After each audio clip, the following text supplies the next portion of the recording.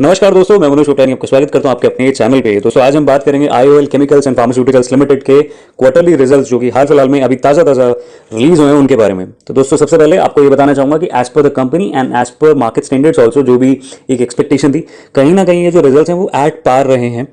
Quarterly basis पे company में थोड़ा सा डिक्लाइन देखा गया, but as far as the yearly levels and yearly results are concern, definitely the company is outshine and they have grown their EPS by exponential number. सबसे पहले दोस्तों शुरुआत करते हैं ईयरली बात करने के लिए। तो ईयरली बेसिस में इनकी जो टोटल इनकम है उसमें पिछले साल के मुकाबले यहाँ पे एक इजाफा हुआ है लगभग 4% का। दूसरी ओर एबिटा की परसेंटेजेस में भी ऑलमोस्ट 4% का इजाफा हुआ है। दूसरी ओर दोस्तों अगर हम बात करें प्रॉफिट आफ्टर टैक्सेस की, तो यहाँ पे कंपनी ने काफी एक्सपोनेंशियल जंप दिखाया है from 361 crore rupees to 445 crore. काफी बढ़िया। ईपीएस के नंबर में बहुत ही अमेजिंग किस्म का एक्सपोनेंशियल गेन देख 63 रुपीज के अर्निंग पर शेयर से बढ़कर इस साल वो चीज हो गई है 76 रुपीज पर इक्विटी शेयर के अगेंस्ट में ईपीएस। तो ओवरऑल बेसिस पे अगर बात करी जाए तो एनुअल फाइनेंशियल रिजल्ट्स की अगर हम देखें तो यहाँ पे काफी अच्छे नंबर्स निकल कर आए हैं।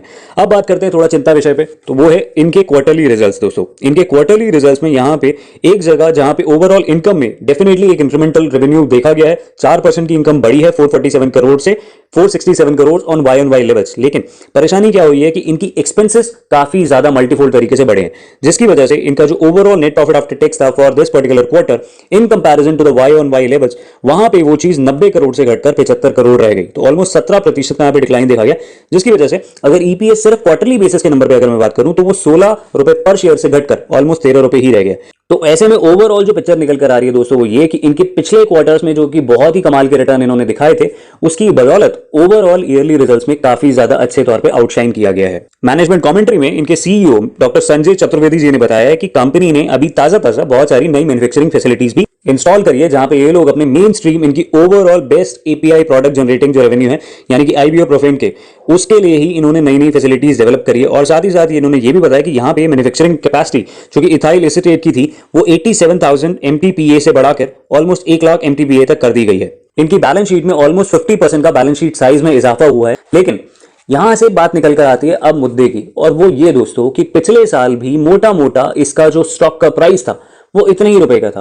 मैंने लास्ट ईयर भी जब इनके बारे में वीडियो बनाई थी तब भी ये मोटा मोटा इसी फ्लैट प्राइस रेंज पे ही ट्रेड कर रहे थे, और इस साल भी मोटा मोटा ये लोग इसी प्राइस रेंज पे ही ट्रेड कर रहे हैं। वहीं दूसरी ओर बहुत सारी फार्मास्यूटिकल कंपनीज हैं जो कि इनके जितना अच्छा परफॉर्म नहीं भी कर पाई हैं, लेकिन फिर भी बहुत एक्सपोनेंशियल उन्होंने स्टॉक प्राइसेस पे रिटर्न्स देखे गए हैं, बहुत सारे इन्वेस्टर्स खुश रहे हैं। यहां पे एक बहुत बड़ा सवाल आ चुका है कि ये कंपनी जो कि इतने सालों में लगातार पिछले टाइम से ग्रो करती चली जा रही थी, अचानक से ऐसा क्या हुआ है कि पिछले 1 साल में इसके रिटर्न को ऑलमोस्ट एक बड़ी रुकावट का सामना करना पड़ा है। तो दोस्तों यहाँ पे एक जो बहुत बड़ा चैलेंज मुझे देखने को मिल रहा है वो ये कि इंस्पाइट ऑफ द फैक्ट इस कंपनी का P ratio in comparison to the industry P इतना ज्यादा अंडर वैल्यूड है कि आज की डेट में भी मैं मानता हूं कि ये शेयर कम से कम 1200-1300 रुपए का होना चाहिए था, लेकिन फिर भी इसे बढ़ने नहीं दिया जा रहा है। प्रॉब्लम बेसिकली बस बार बार ये आती है कि ये शेयर अच्छा खासा मोमेंटम में आता है, उसके बाद लोग प्रॉफिट बुकिंग करते हैं मैसिव तरीके से, एंड अगेन ये वहीं जाके एक स्टैटिक प्राइस रेंज में रुक जाता है, जिसकी वजह से बढ़ ही नहीं पा रहा है। And all thanks to another story, because बहुत सारे अच्छे किसी भी म्यूचुअल फंड या किसी और बड़े प्लेयर की इस कंपनी पे नजर ही नहीं पड़ रही है।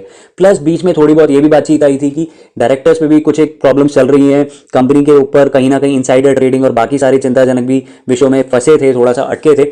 दो अभी तक कहीं पे भी कोई भी ऐसी कंफर्म न्यूज नहीं आई थी जो कि पूर्ण रूप से साबित हो पाए, लेकिन कहीं ना कहीं ये कंपनी कुछ ना कुछ समस्या का विषय बना रहा है और उसी वजह से बढ़ा नहीं है काफी टाइम से।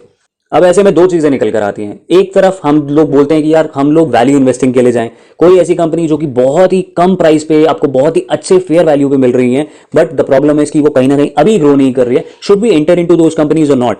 आई फर्मली बिलीव कि कहीं ना कहीं इस कंपनी में बहुत ही कमाल का पोटेंशियल है।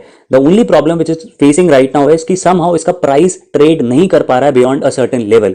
अब वो चीज कब होगी कि एक सही डायरेक्शन में काफी अच्छे इन्वेस्टर्स इसके अंदर आएंगे, किसी बड़े प्लेयर की नजर पड़ेगी और धीरे धीरे शेयर को उठाया जाएगा, वो बताना थोड़ा सा मुश्किल है इस टाइम पे। लेकिन मैं अभी भी फॉर्मली बोलूंगा कि अगर आप लोग एक अच्छे वैल्यू इन्वेस्टर की तरह पे एक कंपनी में इन्वेस्ट करने की राह रखते हैं तो कहीं ना कहीं this is one such company wherein you should invest at least in small quantity लेके रख लीजिए।